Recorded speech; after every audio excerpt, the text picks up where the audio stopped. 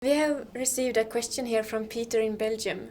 And his question to you is there any reason to agree on the Brazil document at Rio+20? Does it have any value?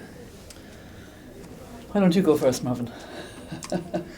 Of course, I think there's a reason. If I have to say, first, there's lots of issues was included here in the Brazilian text. Lots of very progressive things, including the equity principles and lots of real principles. Most importantly, the common but differentiated responsibilities. Yes, I think that's it's kind of still kind of important landmark for our sustainable development agenda and roads. But I still think that's lots of uncompleted things on our agenda. We need to still keep fighting for the rest of 3 days. Yeah, I can understand the frustration behind Peter's question.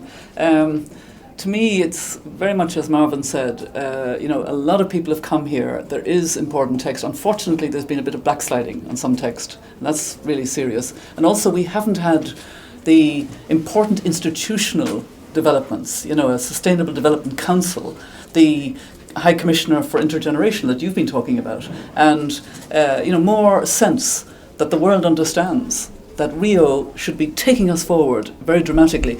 Processes are being set in train, a political forum, etc. At the same time, and I've worked within the UN system, the UN has its drawbacks, but it is the global way in which we move forward, and sometimes we move forward too slowly. So I think we need to move forward, yes, with a not great text, but it's the text we will work with. But you have an energized community, I think, a community that's angry and energized, and maybe that will help us to, hold governments and institutions to account for more progress. I think to add up to this is that, as the General Secretary General has said, that one of the very important outcome of Rio+20 the voluntary commitments. So we have already received more than 300 commitments from different stakeholders. But right now, how do you monitor that? Yeah. How do you monitor it and follow up things and give them support? Maybe sometimes you need to regulate all those things. We need to strengthen this part. Right now, here's only a paragraph regarding to this issue. We need to strengthen that, of course. So, question from Sara Svensson, she's from Brazil. Her question: Do you think that our eating habits, like eating lots of meat and dairy, are sustainable? Don't we need to look for more sustainable and healthier alternatives? I think that's probably a good question for me and my generation, because frankly, we really have to look at the fact that we overconsume and there are huge health problems. The number of children who are now obese, the number of adults, and it's happening in developing countries now, poor quality of food, poor quality of nutrition, while we still have very big problems of food security and nutrition. But it's more than that. We're over-consuming to preserve the ecosystem of our world. We're not nourishing our world and passing it on to our children and grandchildren. I'm a grandmother. We're beginning in our family. Actually, I'm getting good example from one of my sons who's a vegan.